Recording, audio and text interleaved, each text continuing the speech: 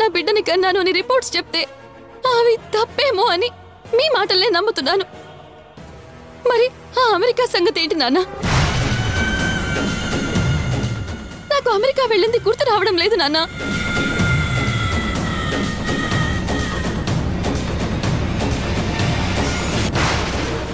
అమ్మా, నాన్న దగ్గర సమాధానాలు లేనట్టున్నాయి. కనీసం నువ్వైనా చెప్పమ్మా.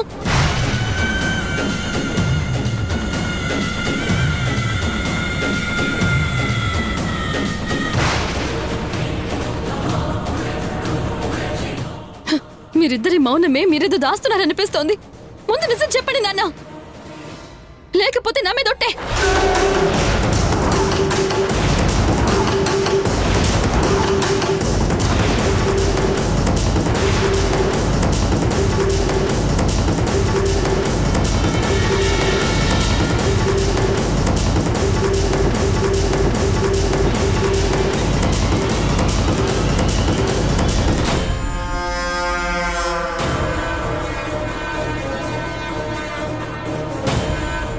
మౌనంగా ఉంటే దీని అనుమానం బలపడుతుంది.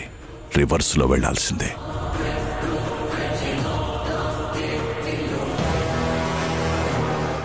నువ్వు అమెరికా వెళ్ళడం అనేది అబద్ధం.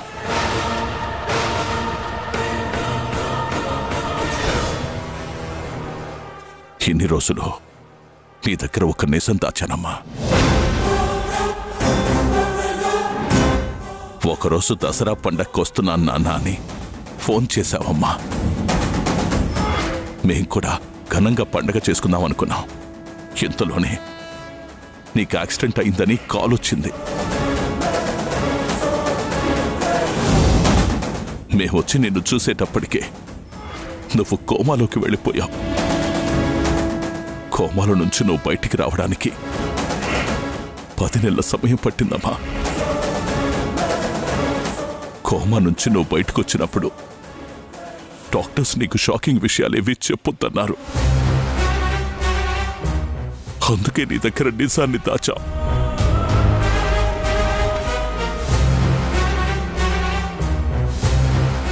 నీ గురించి అడిగిన వాళ్ళకి చదువుకుంటూ బిజీగా ఉందని, అందుకే మేమే వెళ్ళి చూసొస్తున్నామని చెప్పాం.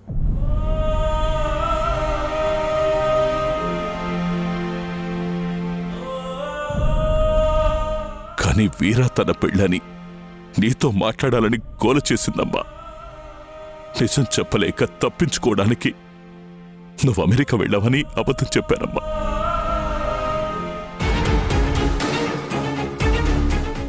ఇంతకు మించి నీ దగ్గర మేమేమీ దాచలేదమ్మా. ఎప్పుడు కూడా ఎందుకు చెప్పానంటే నా ప్రాణం నన్ను మోసగాడ్లా చూస్తూ నిలదీస్తుందమ్మా. అందుకే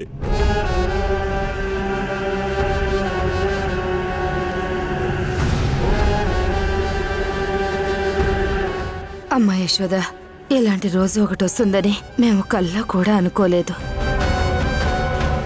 మేము ఏం చేసినా, ఏ నిజం దాచినా అది నీ ఆనందం కోసమేనమ్మా. మేం బ్రతికున్నదే నీకోసం.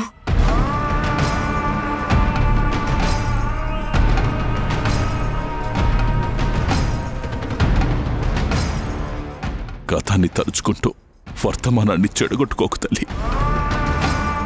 నువ్విలా ఉంటే చూడడం మా వల్ల కావడం లేదమ్మా. నా మాట ఒక్కసారికి వినమ్మా. పెళ్లి చేసుకుని కొత్త జీవితాన్ని ప్రారంభించు. అవును యశోద, ఇన్ని రోజులు నీకోసం అత్తా మామయ్యలు బతికారు. పెళ్లి చేసుకుని మనం ఆనందంగా ఉంటూ వాళ్ళ ఆయుష్ని పెంచుదాం.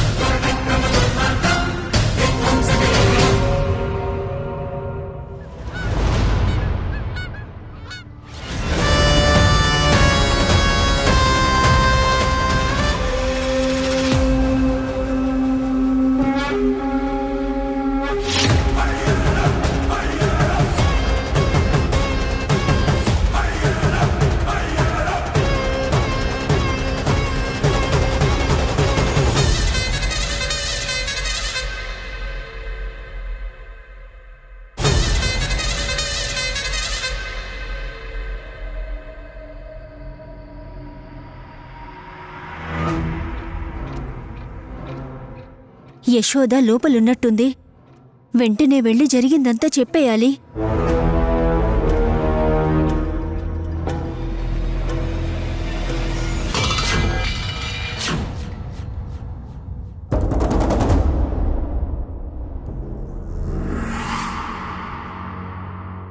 జానకి,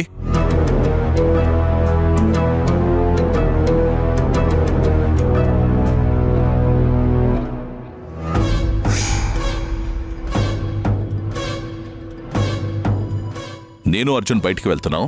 యశోద దగ్గరే ఉంటావు. అలాగే. పద బాబు.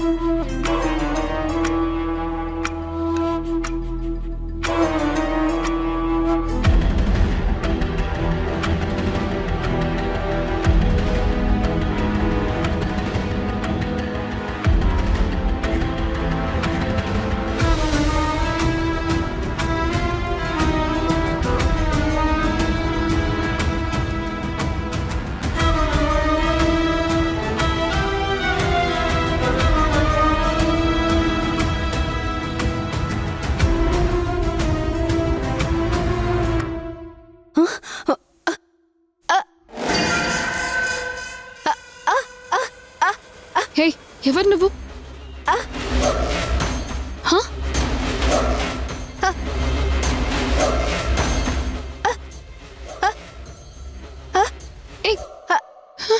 ఎవరు నువ్వు?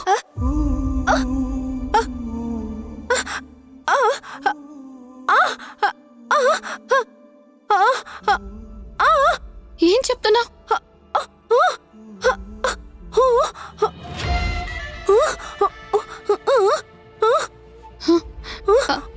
అమ్మా, అమ్మా, నాన్న, అమ్మా. ఎవరు నువ్వు? ఎవరు నువ్వు? అమ్మా, అమ్మా.